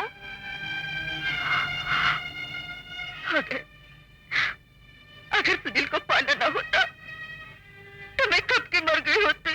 ऐसा मत कहो जानकी, ऐसा मत कहो जानकी, यही जानकी।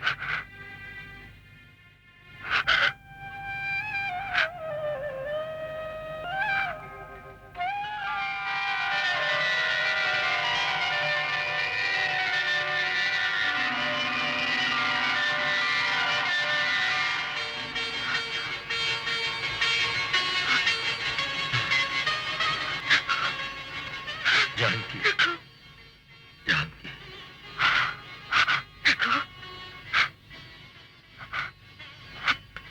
अब जाओगे तो नहीं ना? जाना तो पड़ेगा ही जानकी, वरना सुनील को तुम क्या जवाब दोगी? मैं कह दूंगी मेरा रघु जिंदा है।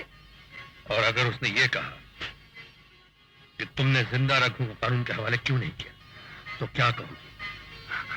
मैं कहूंगी, कानून ने जिस रघु को मुर्दा करार दिया है, पहले उसे जिंदा तो करे। Mister Raghunath Prasad Rai, Sunil, you are under arrest. Sunil, Sunil, तेरे भैया इतने दिनों बाद घर आए हैं। कर्म युद्ध में कोई किसी का रिश्तेदार नहीं होता भाभी। पुलिस स्टेशन चलिए, come on. I am sorry, मगर इसके अलावा मेरे पास और कोई रास्ता नहीं है। But legally he is dead. That's up to the law to decide. नहीं, मैं इन्हें जाने नहीं दूंगी। बधाई हो जान, बधाई हो। क्या पाला है तुमने मेरे भाई को, क्या पाला है। चलो सुनील, मुझे पुलिस स्टेशन लेकर चलो, चलो।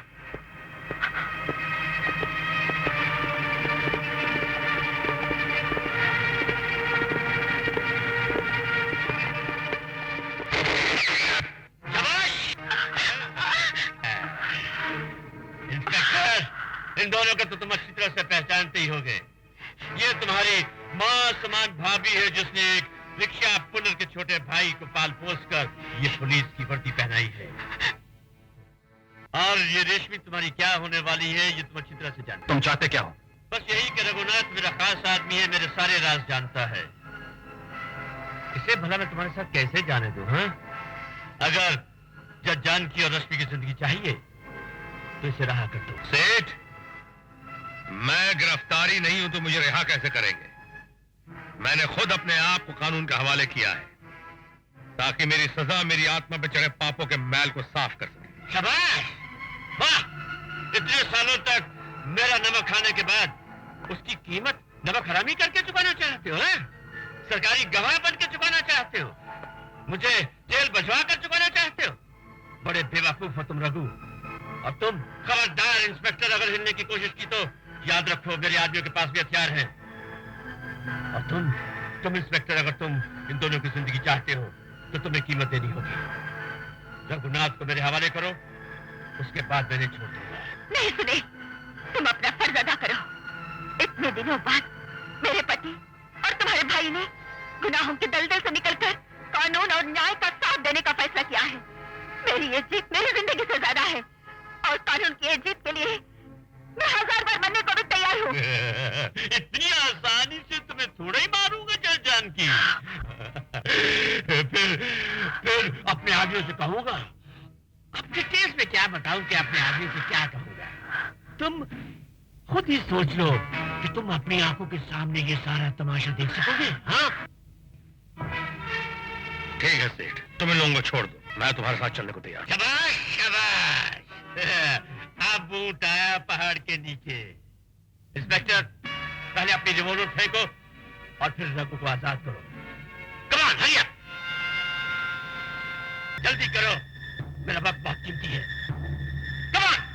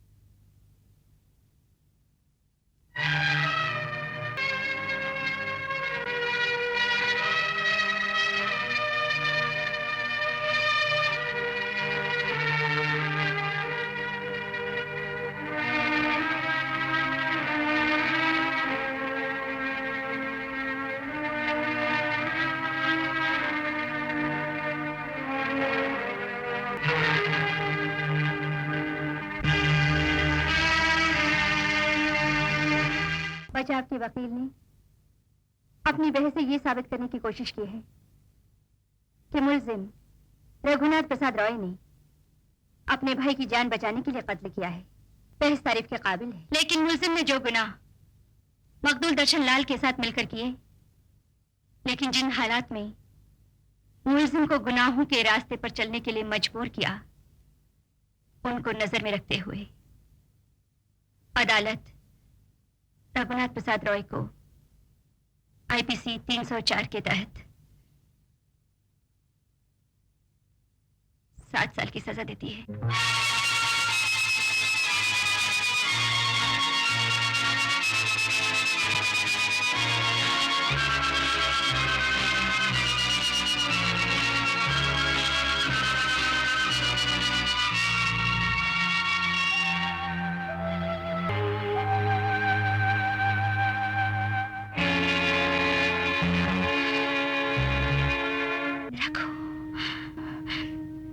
मुझे अफसोस है कि जज होने के नाते अपने फर्ज के हाथों मजबूर होकर मैंने तुम्हें ये सजा सुनाई, लेकिन तुम्हारी पत्नी होने के नाते मैं तुमसे माफी मांग रही हूँ। मुझे माफ कर दो। कैसी बातें कर रही हो जानकी? मुझे हर हाल में तुम पे नाज है। वैसे भी मुझे अपने गुनाहों की सजा मिलनी बहुत ही जरूरी थी। जो भी हुआ उसे एक भयानक सपना समझ के भूल जाओ। 7 साल की तो बात है, बस देखते देखते यूं ही 7 दिनों में निकल जाएंगे। 7 साल तो क्या, 7 जन्म तक भी मैं तुम्हारा इंतजार करूंगी। रघु। जिंदा